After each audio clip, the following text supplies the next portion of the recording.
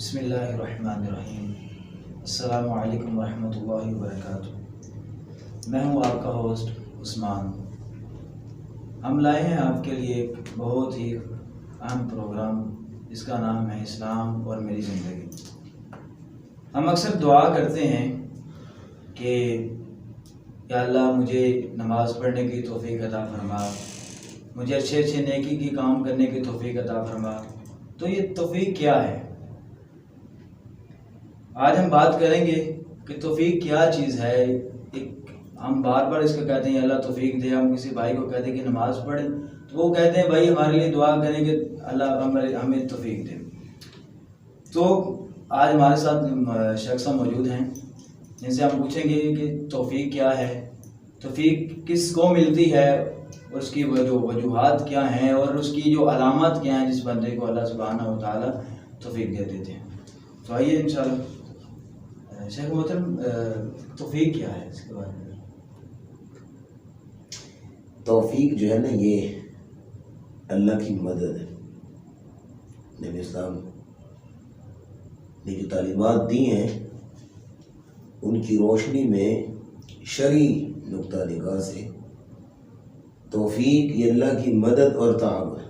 علماء سلف کہا کرتے تھے التوفیق هو اعانۃ الخاصہ من اللہ للعبد، یہ اللہ تعالیٰ کی خاص مدد ہے، یضعف بها اثر النفس، جس سے انسان کی جو نفسیات ہیں، اندر کی خواہشات ہیں، وہ کمزور پڑتی ہیں۔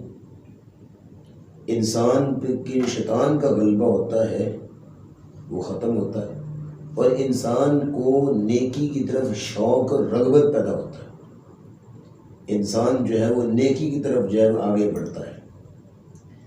ابن قیم رحمہ اللہ فرماتے ہیں توفیق یہ ہے اللہ یکلک اللہ الی غیرہ، کہ اللہ تجھے کسی اور کے حوالے نہ کرے، اللہ تجھے اپنے سپرد کر لے، یہ توفیق ہوتا ہے۔ جیسے قرآن مجید میں اللہ فرماتے ہیں وَمَن يَعْشُ عَن ذِكْرِ الرَّحْمَنِ نُقَيِّضْ لَهُ شَيْطَانًا فَهُوَ لَهُ قَرِينٌ، جو شخص رحمان کے ذکر سے منہ موڑتا ہے نا تو اللہ اس کے لیے ایک شیطان کو مقرر کر دیتے ہیں، اس کو اس شیطان کے حوالے کر دیا جاتا ہے۔ فَهُوَ لَهُ قَرِينٌ، اور صبح و شام ہر وقت وہ شیطان اس کا قرین اور ساتھی اور رفیق بن جاتا ہے۔ تو اس بندے کو کس قدر نحوست ملتی ہے، نہ اس کو نماز پڑھنے کی طرف رغبت، نہ اس کو ذکر کا شوق، نہ اس کو قرآن پڑھنے کی طرف جو ہے وہ لگاؤ نہیں ہوتا۔ کیوں؟ اس کی توفیق چھین لی گئی۔ تو توفیق یہ ہوتی ہے کہ بندے کے دل میں اللہ کی عبادت کا شوق پیدا ہو، بندے کے دل میں ایک ذکر کا کہ ایک لگن اس کے دل میں پیدا ہو۔ تو یہ جس بندے کو مل جائے تو یہ اللہ کی بہت بڑی مدد اور خاص نصرت ہے۔ جی جیسے صاحب توفیق کا اسلامی تصور کیا ہے؟ دیکھیں، توفیق کا جو صحیح اسلامی تصور وہ یہ ہے کہ توفیق صرف اللہ کے پاس، بس یہ جملہ ذہن میں رکھیں، توفیق صرف اللہ کے پاس، اللہ کے علاوہ کوئی اور توفیق کا مالک نہیں ہے۔ اللہ رب العزت فرماتے ہیں نا وَلَوْ أَنَّنَا نَزَّلْنَا إِلَيْهِمُ الْمَلَائِكَةَ وَكَلَّمَهُمُ الْمَوْتَى وَحَشَرْنَا عَلَيْهِمْ كُلَّ شَيْءٍ قُبُلًا مَا كَانُوا لِيُؤْمِنُوا، جو لوگ اللہ کی تعلیمات پہ، اللہ کے احکامات پہ عمل نہیں کرتے، جو لوگ اللہ سے دور بھاگ رہے ہیں، ان لوگوں کو اللہ کی طرف لانے کے لیے، اللہ کے رستے پہ چلانے کے لیے اگر مردے بھی کلام کرنے شروع ہو جائے نا، وَلَوْ أَنَّنَا نَزَّلْنَا إِلَيْهِمُ الْمَلَائِكَةَ، اگر اللہ آسمان سے فرشتے بھی اتار دیتا کہ ان لوگوں کو پکڑ کے لاؤ اور اللہ کے سامنے لا کے کھڑا کرو، اور مردے کلام کرنا شروع ہو جاتے ہیں، وَحَشَرْنَا عَلَيْهِمْ كُلَّ شَيْءٍ قُبُلًا، اور اللہ ہر چیز کو سامنے لا کے رکھ دیتے، جنت بھی جہنم بھی سب کچھ پردے ہٹا دیتے، تو ان لوگوں نے پھر بھی بات نہیں ماننی تھی إِلَّا أَن يَشَاءَ اللَّهُ، مگر جب اللہ چاہے۔ تو توفیق جو ہے وہ اللہ رب العزت کے ہاتھ میں۔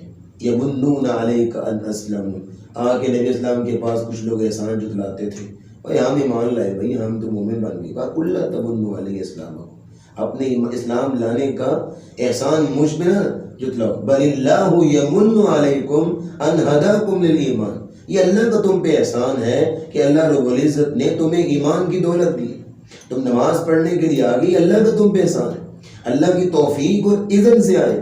سارے لوگ نہیں آئے نماز پڑھنے، سارے لوگ تو نہیں جو ہے روزے رکھتے، سارے لوگ تو نہیں اذکار کرتے، یہ تمہیں چنا گیا۔ اللہ یصطفی من الملائکۃ رسلا ومن الناس، اللہ جس کو چاہتا ہے منتخب کرتا ہے۔ تو فرمایا قالوا الحمد للہ الذی ہدانا لہذا وما كنا لنهتدی لولا ان ہدانا اللہ، اگر اللہ ہدایت نہ دے تو کوئی جو ہدایت کا مالک نہیں ہے۔ تو یہ تصور ہے اسلام کا توفیق کے چیپٹر میں کہ توفیق جو ہے وہ صرف اللہ دیتے ہیں اور کسی کے اختیار میں۔ جی لا حول ولا قوت الا باللہ کا فہم کیا ہے؟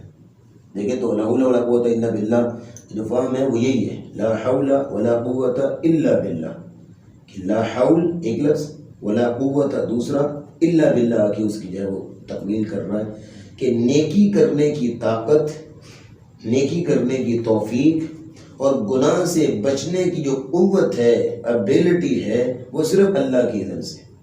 یہ اس کا مفہوم ہے کہ آپ جو ہیں وہ کوئی بھی نیکی ہے، بڑی سے بڑی نیکی ہو، چھوٹی سے چھوٹی نیکی ہو، جب تک اللہ کی مدد نہ ہو، اللہ کی توفیق شامل حال نہ ہو، اس وقت تک آپ جو ہیں وہ نیکی نہیں کر سکتے۔ اور ایک گناہ ہے، آپ اس گناہ سے کسی صورت نہیں بچ سکتے مگر اللہ آپ کو قوت دے، اللہ آپ کو طاقت دے۔ جب تک اللہ کی طاقت کی مدد شامل حال نہیں ہوگی، آپ جو ہے وہ کسی نیکی سے اور کسی گناہ سے نہیں بچ سکتے۔ یہ ابیلٹی اللہ کی اذن سے ملتی ہے۔ تو یہ دنیا میں یہ حال ہے، لیکن آخرت کے بارے میں بھی رسول اللہ نے یہی تصور پیش کیا۔ آپ علیہ الصلوۃ والسلام نے فرمایا لن يدخل احدكم الجنة بعمله، تم میں سے کوئی شخص جو ہے وہ اپنے عمل کے بلبوتے پہ جنت میں نہیں جا سکتا۔ صحابہ نے کہا یا رسول اللہ کیا آپ بھی اپنے عمل کے بلبوتے پہ جنت میں نہیں جا سکتے؟ کہا ولا انا، میں بھی نہیں جا سکتا، الا ان يتغمدني اللہ برحمتہ، مگر جب اللہ مجھے اپنی رحمت کے سائے میں لپیٹ کے مجھے جنت میں داخل نہ کر دے۔ تو یہ تصور ذہن میں رکھیں، توفیق اللہ دیتے ہیں، اور توفیق اور جو ہے وہ انسان عمل تب کر سکتا ہے جب اللہ کی توفیق شامل آ رہا۔ جی جیسے کہ اگلا سوال ہے ہمارا، توفیق کس کو اور کیسے ملتی ہے؟ ہاں یہ ہے نا بنیادی سوال۔ توفیق جو ہے وہ حصول توفیق کے کچھ امور ہیں جو ہمیں کرنے چاہیے۔ سب سے پہلا امر یہ ہے کہ نیت اور ارادہ ہو۔ جب ایک بندہ دل سے نماز پڑھنے نہیں چاہتا تو اس کو توفیق کیسے ملے گی؟ ایک بندہ جو ہے وہ اس کا دل ہی نہیں چاہتا، وہ بندہ خود جو ہے وہ ایک عمل کرنا چاہتا ہی نہیں ہے، تو اللہ اس کو توفیق کیسے دے گا؟ تو پہلے یہ ہے کہ اس بندے کے اندر نیت ہو، اس بندے کے اندر شوق ہو، اس بندے کے اندر جذبہ اور پیشن ہو کہ میں نے یہ کام کرنا ہے، تو تب اللہ اس کو توفیق دیتے ہیں۔ ایک بات ہوگی۔ دوسری بات، جب یعنی توفیق اس کو ملتی ہے جب انسان جو ہے توفیق مانگتا ہے۔ نبی اسلام نے دعا سکھائی نا، اللہم اعنی علی ذکرک و شکرک و حسن عبادتک، یا اللہ میری مدد کر، اللہم اعنی، یا اللہ میری مدد کر، کس بات پہ؟ علی ذکرک، میں تیرا ذکر کیا کروں، و شکرک، میں تیرا شکر ادا کیا کروں، و حسن عبادتک، اور میں تیری خوبصورت ترین طریقے سے تیری عبادت کیا کروں۔ تو پہلی چیز اپنی نیت اور ارادہ بناؤ کہ میں نے یہ کام کرنا ہے۔ جب تیرے اندر پیشن ہوگا تو دیکھ اللہ تیرے لیے راستے کھولے گا، والذین جاہدوا فینا لنہدینہم سبلنا، تو اللہ کے راستے میں نکل، کوشش کر، اللہ تیرے لیے راہیں کھولے گا، فسنیسرہ للعسرى، اللہ اور آسانیاں پیدا کرے گی۔ ایک بات ہوگی۔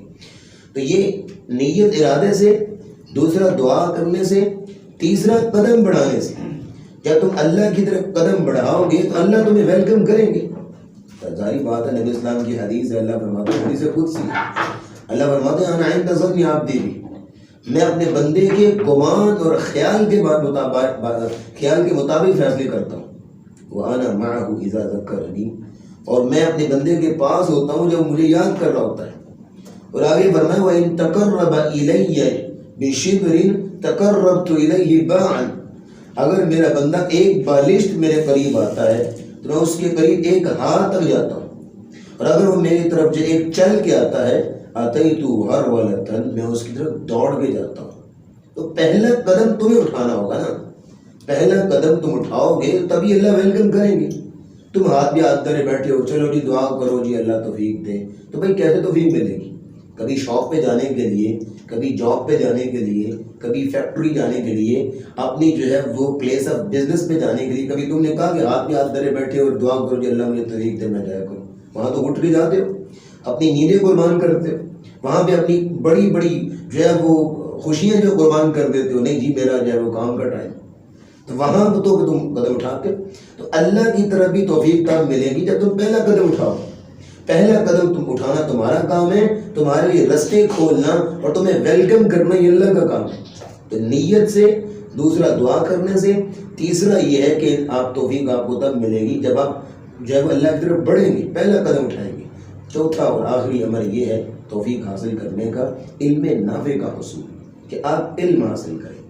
آپ نے صحیح بخاری یاد کر لی ہے لیکن آپ کو توفیق نہیں ملتی اٹھ کے نماز پڑھ لیں تو کوئی علم کا فائدہ نہیں. علم نافع جو علم نفع دے، کہ آپ جو ہے آج میٹرک میں پڑھ رہے ہیں تو نماز کی ایک پڑھ لی دو چھوڑ دی، پی ایچ ڈی کر لی ہے پھر بھی نماز کی یہ روٹین ہے، یہ کون سا علم ہے؟ فَمَن يُرِدِ اللَّهُ بِهِ خَيْرًا يُفَقِّهُ فِي الدِّينِ، جس کے ساتھ اللہ بھلائی کا ارادہ کر لیں اس کو دین کی فقہ، دین کی سمجھ اس کو عطا کر دیتے، اس کا سینہ ایمان کے لیے کھول دیتے، اس کے اندر رغبت پیدا کر دیتے. اللہ نزل احسن الحدیث کتابا متشابہا مثانیہ تقشعر منہ جلود الذین یخشون ربہم. یہ قرآن اس سے بڑا علم کیا ہو سکتا ہے؟ اس کی ایک ایک سطر، ایک ایک لائن تم پڑھتے جاؤ اور تمہارے رونگٹے کھڑے ہوتے جائیں، تمہارے اندر کب کبھی طاری ہوتی جائے گی. اور پھر ثم تلین جلودہم وقلوبہم الی ذکر اللہ، تمہارا دل جو اللہ کے ذکر کی طرف مائل کرے گا اور اندر جذبہ ہوگا کہ میں اور نیکیاں کروں. یہ جذبہ کون دے گا؟ قرآن کی تلاوت سے، اس کے علم کے حصول پہ، اس کی سمجھ حاصل کرنے کے ساتھ، اس میں شعور حاصل کرنے کے ساتھ. تو یہ چار امور ہیں جو بندہ پلے سے باندھ لے اور ان پہ جو ہے عمل کرے، توفیق اس کا مقدر ہوگی انشاءاللہ. جی شیخ محترم، آپ نے جو باتیں ابھی ہمیں بتائی ہیں، اگر کوئی بندہ ان پہ پورا اتر رہا ہے تو اس کو اللہ سبحانہ و تعالیٰ نے توفیق دے دی ہے. تو توفیق کی علامت ہمیں کیسے پتہ چلے گا کہ توفیق مل گئی ہے؟ اس کی علامت کون سی ہے؟ اس کی جو ہے دو علامتیں بڑی بنیادی ہیں.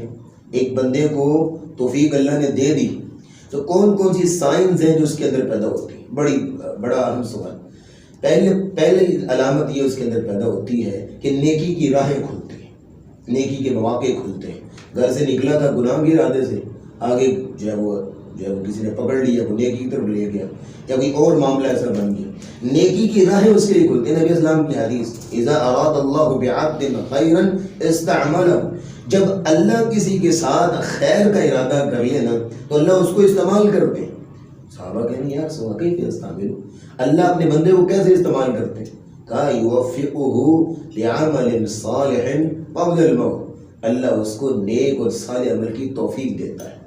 جب انسان کو توفیق ملتی رہتی ہے، صبح شام دوپہر جناب جو ہے وہ 24 گھنٹے وہ لگا ہوا ہے، کبھی ذکر، کبھی تسبیح، کبھی قرآن، کبھی جو ہے وہ نماز، کبھی کچھ، کبھی رفع عامہ کام، کبھی دوسروں کی خدمت، یہ سارے نیکی کے کام کر رہے ہیں، مانا وہ اللہ کا سلیکٹڈ بندہ ہے، اللہ کو چنیدہ بندہ ہے، اس کو اللہ نے اپنے لیے چن لیا ہے، اس کو اللہ نے منتخب کر لیا، اللہ اس کو استعمال کر رہے ہیں. اور جس کو اللہ استعمال کریں اس کی شان میں کیا کہنے. تو ایک چیز یہ ہے کہ نیکی کی راہیں کھلتی ہیں. دوسری چیز یہ کہ اس کے اندر شوق پیدا ہوتا ہے، اس کے اندر نیکی کی رغبت پیدا ہوتی ہے، اس کے اندر نیکی کی دلچسپی پیدا ہوتی ہے. یہ نہیں ہے کہ بس ایک دن پڑھ لی دوسرے دن بس پڑھا ہوا، نہیں، نیکی کا شوق اس کے اندر ہوتا ہے. وہ سارے کام چھوڑ کے چلتے ہیں، میرے رب نے مجھے بلایا. حضرت موسیٰ کے بارے میں آتا ہے وَمَا أَعْجَلَكَ عَنْ قَوْمِكَ يَا مُوسَىٰ. حضرت موسیٰ اسلام کوہ طور پہ اپنے ساتھیوں کو لے کے جا رہے تھے، تو ابھی کوہ طور قریب ہے تو دوڑ لگا دی اور دوڑ کے جو ہے کوہ طور پہ چڑھ گئے. اللہ نے پوچھا وَمَا أَعْجَلَكَ عَنْ قَوْمِكَ يَا مُوسَىٰ، موسیٰ اتنی بھاگ کے کیوں آئے؟ تمہارے لوگ آ رہے ساتھ، ان کے ساتھ آتے، اتنی بھاگ کے کیوں آئے؟ ان کو پیچھے چھوڑ دیے. کہا قَالَ هُمْ أُولَٰئِ عَلَىٰ آثَارِي، یا اللہ وہ میرے پیچھے آ رہے ہیں. وَعَجِلْتُ إِلَيْكَ رَبِّي لِتَرْضَىٰ، اور میں تیری طرف اس لیے یا اللہ بڑھ کے آیا ہوں، جلدی آیا ہوں تاکہ تو راضی ہو جائے.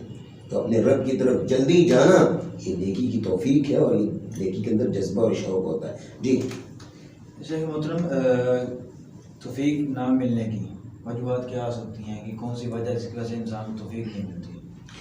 وہ کچھ وجوہات ہیں کہ انسان جو ہے وہ جب گناہ کرنے میں جلدی کرنے لگے نا، اور توبہ کرنے میں تاخیر کرنے لگے اس وقت توفیق چھن جاتی ہے۔ گناہ کرنے میں تو بڑا اچھل اچھل کے اور شوق سے اور بھاگ کے اسباب مہیا کرے گا، تو نیکی کی باری آئے گی تو ایسے بوجھل اور جناب ایسے مایوس اور سستی القالی، وَإِذَا قَامُوا إِلَى الصَّلَاةِ قَامُوا كُسَالَىٰ، سست ہو گئے، تو جب تب یہ توفیق چھین لیتے ہیں۔ اور اللہ کہتے ہیں نُوَلِّهِ مَا تَوَلَّىٰ، جس طرح کوئی پھرنا چاہتا اللہ اس کو اس طرح پھیر دیتے ہیں۔ بھائی تو نہیں چاہتا میرے سامنے آنا، تیرے اندر شوق نہیں ہے تو ٹھیک ہے جا تو مرضی کر۔ تو یہ اللہ کا اصول ہے، جب انسان گناہ میں جلدی کرنے لگے، گناہ جذبے اور شوق سے کرنے لگے اور نیکی کے لیے جو ہے سستی اور کاہلی اس کے اندر پیدا ہو، تو اس وقت جو ہے نیکی توفیق اللہ اسے چھین لیتے ہیں۔ دوسری بات، جب انسان اللہ اس کو نعمت دیں تو نعمت کے اندر لگا رہے، اللہ کو بھول جائے تو اس وقت توفیق چھن جاتی ہے۔ آج کے دور میں موبائل ہے کہ اللہ نے ایک نعمت دی تھی لیکن نعمت کے اندر لگا ہوا ہے، اللہ کو بھول گئے، نماز چھوڑ دی، قرآن چھوڑ دیا، ذکر چھوڑ دیا، تب یہ توفیق چھن جاتی ہے۔ تیسری وجہ، جب انسان علم سیکھے لیکن عمل کرنا بھول جائے، عمل نہیں کرتا، تو اس وقت اللہ اسے توفیق چھین لیتے ہیں۔ تو یہ چند ایک وجوہات ہیں، یعنی انسان اپنے کرتوتوں کی وجہ سے، اپنے اندر کی رضائز کی وجہ سے توفیق جو ہے وہ چھنوا لیتا ہے۔ اس لیے توفیق لینی ہو، جو امور ہم نے ذکر کیے ہیں ان کو جو توجہ